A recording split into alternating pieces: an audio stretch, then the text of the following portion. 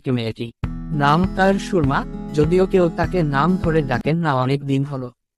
Station master তাকে চেনে, চা দোকানের রমজান কাকু তাকে এক কাপ চা দেয় দয়ার খাতিরে। কিন্তু সে কারো নয়, কারোরই না। 4 বছর আগেও তার ঠিকানা ছিল। ছিল এক ঘর, এক স্বামী, এক সংসার।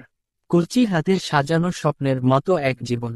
কিন্তু ভাগ্য যেন রসিক কবি, চলে এল দুর্বিষহ রাত, যেখানে তার স্বামী তাকে শুধুই একটি অভিযোগ দিয়ে ছেড়ে দিল। তুমি মা হতে পারো না। সেই রাতেই সুরমা বাড়ি ছেড়েছিল। গন্তব্যহীন পথে হাঁটতে হাঁটতে এসে দাঁড়িয়েছিল এই স্টেশনে। এরপর আর কোনো গন্তব্য ছিল না। স্টেশনই তার ঘর হয়ে উঠল, বেঞ্চটাই তার বিছানা, আকাশটাই ছাদ। প্রতিদিন সে দেখে, ট্রেন আসে, আসে, মানুষ চলে যায়। কেউ তাকে দেখে না, যেন সে দৃশ্যমান কোনো মানুষই নয়, একটা ছায়া, একটা অনাহত উপস্থিতি। একদিন হঠাৎ এক বাচ্চা ছেলে হারিয়ে যায় স্টেশনে। সন্ধ্যার আধারে সে কাঁদতে থাকে, সাহায্য চায়। কেউ থামে না। সুরমা ছুটে যায় তার কাছে, কোলে তুলে নেয়, শান্ত করে। তারপর খুঁজে খুঁজে তার মা বাবাকে এনে দেয়।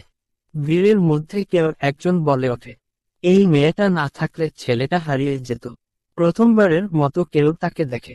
সেই ঘটনার পর সুরমাকে নিয়ে ছোটখাটো খবর ছাপা হয় স্থানীয় পত্রিকায়। স্টেশনের বেওয়ারিশ নারী হয়ে উঠলেন রক্ষাকর্তা। এক সমাজকর্মী এসে কথা বলেন, আশ্রয় দেবার কথা বলেন। কিন্তু সুরমা হাসে। সে বলে, ঠিকানা এখন চাই না, আমি নিজেই এখন অনেকের ঠিকানা হয়ে উঠেছি। এই পথঘাট, এই মানুষগুলোই আমার আপন। আজ স্টেশনে নতুন করে তৈরি হয়েছে ছোট্ট একটা পাঠশালা। নাম সুরমা শিক্ষা কেন্দ্র। রেললাইনের পাশে যারা জন্মায়, বেড়ে ওঠে, তারা এখানে আসে, পড়ে, খেলে, স্বপ্ন দেখে।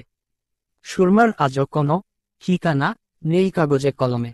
তবে সে এখন ঠিকানাহীন নয়। সে নিজেই এখন এক ঠিকানা।